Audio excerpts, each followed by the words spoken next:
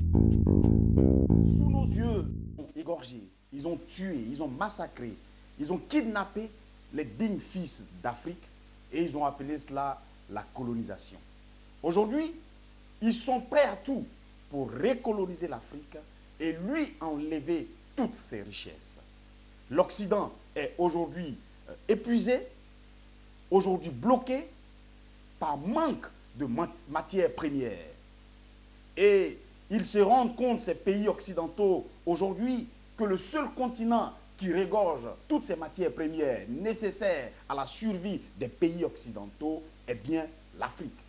Si vous avez compris ce message, vous devez comprendre le combat du président Laurent Gbagbo, celui qui a gagné les élections de novembre 2010 et qui aujourd'hui injustement se trouve à La Haye, tout simplement parce qu'il a voulu tenir tête à ses recolonisateurs.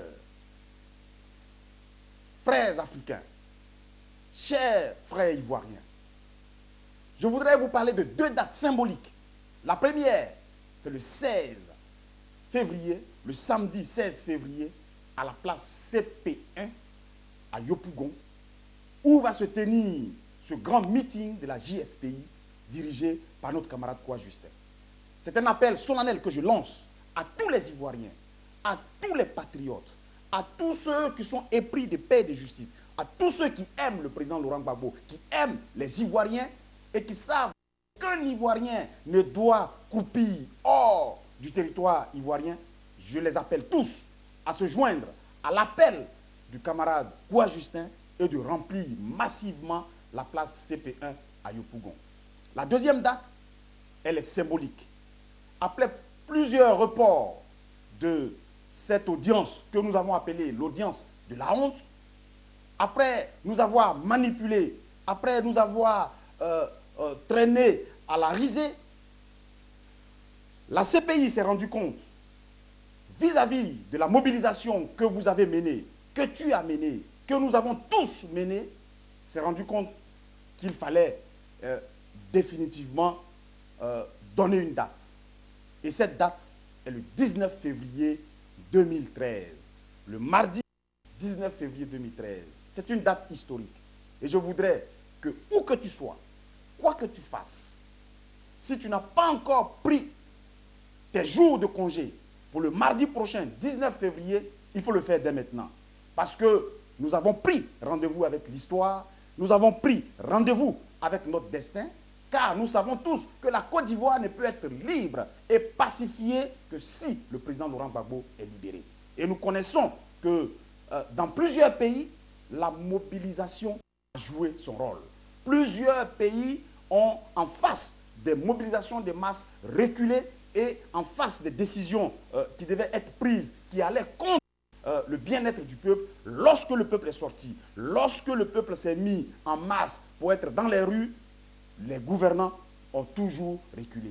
Alors nous croyons que notre mobilisation du 19 février sera une mobilisation historique.